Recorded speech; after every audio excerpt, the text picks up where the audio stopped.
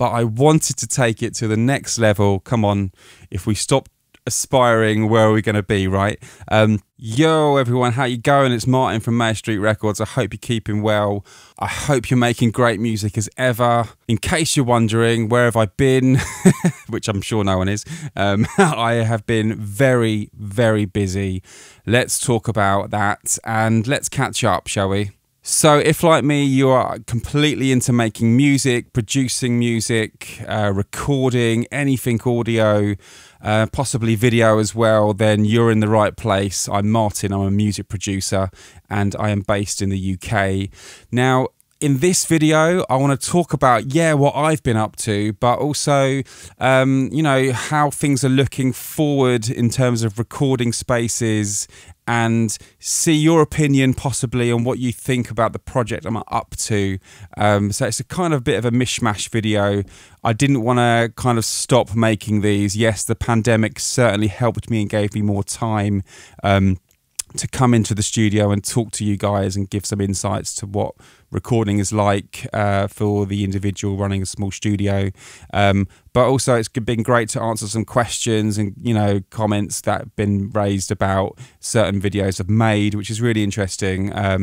I always do my best to try and respond. So let's keep those coming if that's all good. But yeah, what have I been doing? So I decided that a long time ago, although my recording studio space is fantastic, I always had the limitation in-house for recording bigger stuff, whether it's a string trio, quartet, a drum kit, louder guitars possibly, which weren't going through you know, the usual digital modeling plugin or whatever you want to use, or an actual pedal. So I decided to put some money aside, and it took a while, and decided to build my own drum live room, if you like, but not necessarily for the drums. It could just be for vocals, it could be for guitars, it could be for a trio or a group of musicians to play in.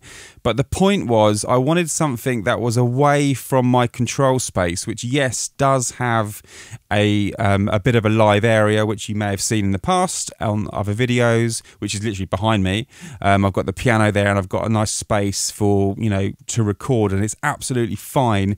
But I wanted to take it to the next level. Come on, if we stop aspiring, where are we going to be, right? And yeah, the next level for me was to have a separate location but on site, which meant I didn't have to worry too much about the soundproofing between the control room and the live room, but instead build, or have built, because I'm not a builder, a recording space which is a stone's throw away, which will be cabled up and tie-lined together, so I can still record and monitor in this control space, yet the musicians or the artists or the voiceover recordists, whatever it is completely isolated away from machine noise and, you know, maybe just seeing the techie gear, which sometimes is quite uninspiring.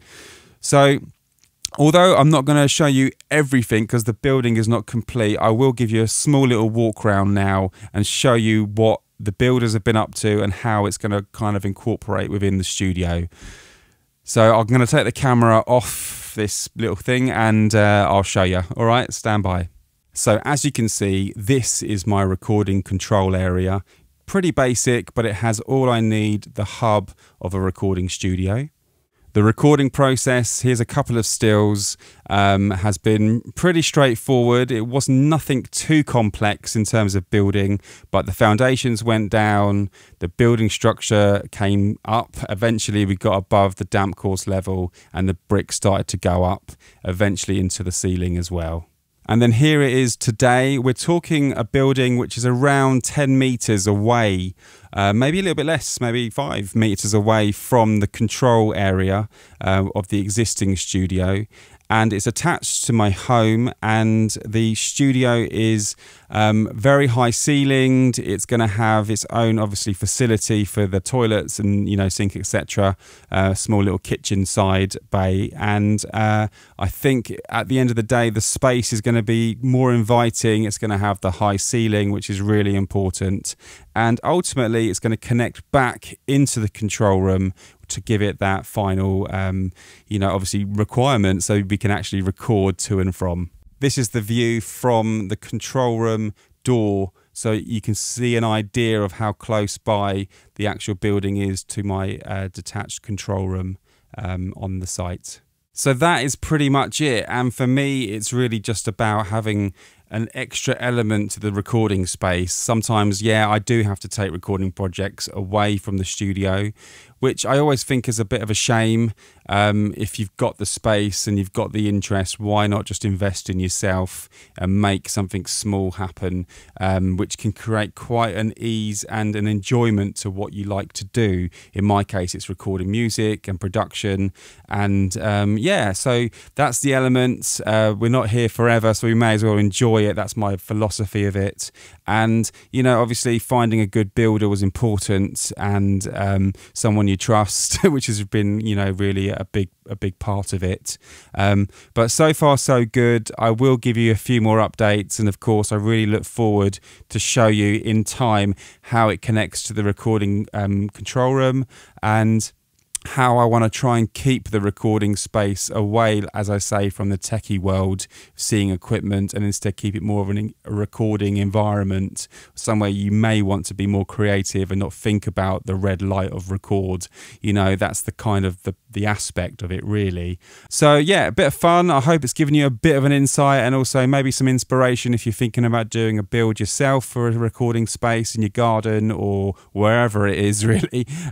Bit of land somewhere. And yeah, if you've got any questions, feel free to ask. So until next time, keep well, and obviously keep making great music and production, keep learning, and I'll see you on the next video. Thanks a lot, guys. Bye.